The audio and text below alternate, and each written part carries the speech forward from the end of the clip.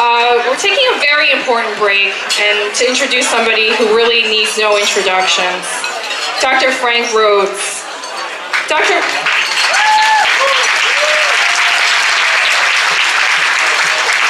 Do we have the music?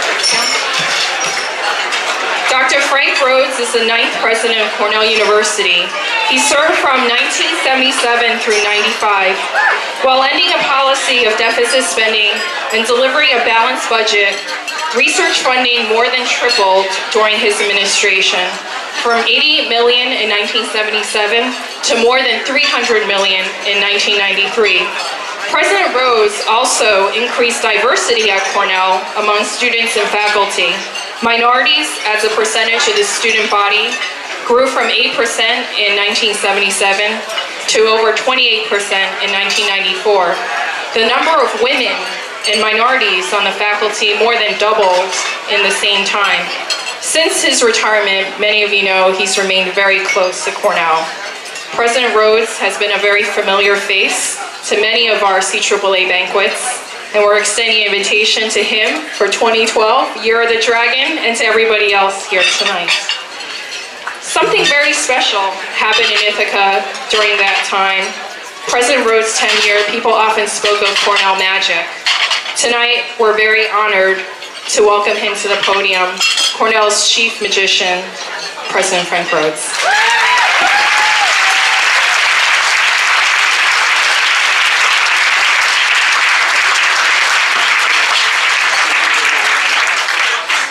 President Monica and Winston Tom and Francis Wong, I want to tell you I feel very inadequate following that exquisite performance. I have only one face. There's an old saying, you should never follow an act by children or performing animals. But the one we just had was even better. It was an astonishing performance. I have to bring greetings from my wife Rosa and myself to this year's honoree, because I cannot imagine anyone more deserving than Rod Chu. I regret that Rosa isn't here to join in those congratulations. She's been confined to bed with a severe muscle tear, not life-threatening but debilitating. And Rod, we bring our greetings and our congratulations and our good wishes on this momentous evening. It gives happiness not only to your many friends at Cornell, but to your many friends far beyond the campus. And we're just delighted to be able to share the evening.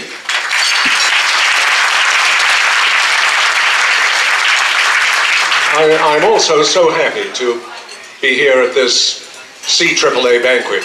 I'm almost certain that I attended the first one and have attended many since then, and these are always wonderful festivities. They're important, it seems to me, because they not only link all the richness and culture of the Asian peoples, but also in the most remarkable way unite that richness with every other member of society, every other member of the human race. And I know no other group on campus or no other alumni group which has that remarkable capacity. Rod Chu is exemplary in his success in uniting that kind of richness and variety. This gathering, this particular gathering, as you know, is going to be devoted to a memorial to the CAAA in the Botanic Garden, and that's typical of Rod's imagination that it should be so. It was wonderful tonight to hear that the 50th scholarship awarded by the CAAA has been awarded during the course of the year, and I want to salute you and thank you for that. What is it that makes Rod Chu such a remarkable citizen of the world? It's partly, of course, the fact that he has a Cornell degree.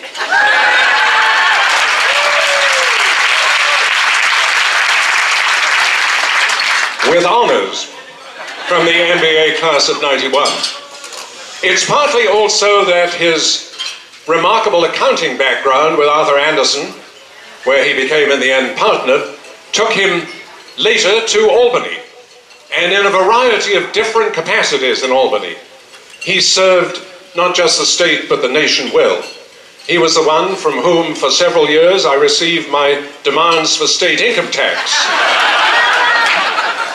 And Rod, I won't say that I wholly appreciated those love letters, but they always came on time.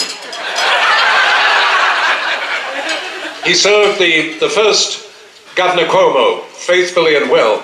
And as a member of the State University Board of Trustees, the SUNY Board of Trustees, and how glad we are to see Chancellor Nancy Simfer here with us, he really provided leadership for the whole state. Cornell, as you know, is part of the state university and proud to be part of it.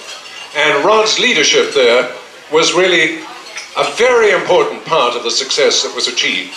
I was so impressed by Rod that I asked him to serve on a special committee which was planning the future of the university. And Dean Joe Thomas, who's here tonight, was a co-chair of that committee.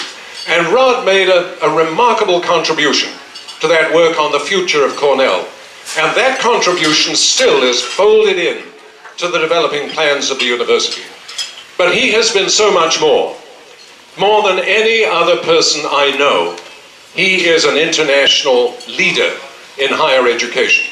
He became, as you know, Chancellor of the Board of Regents for the state of Ohio, responsible not just for the public universities in their variety, but also for the private colleges, of which Ohio probably has more than any other state in the Union. He went on to serve after that as interim Chancellor of the Education Committee of the States, which sets education policy literally for the whole nation, and also served in a variety of other capacities. In all this, Rod has been a typical leader leading by example.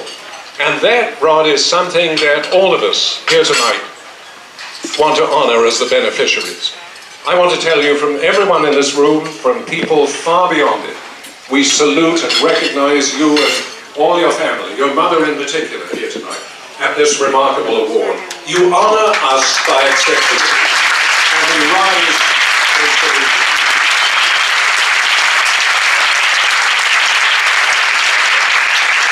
It is not my job to introduce Rod. That will be done now by another eminent member of our group, Trustee Emeritus of the Board of Trustees at Cornell and Presidential Counselor Martin Tang.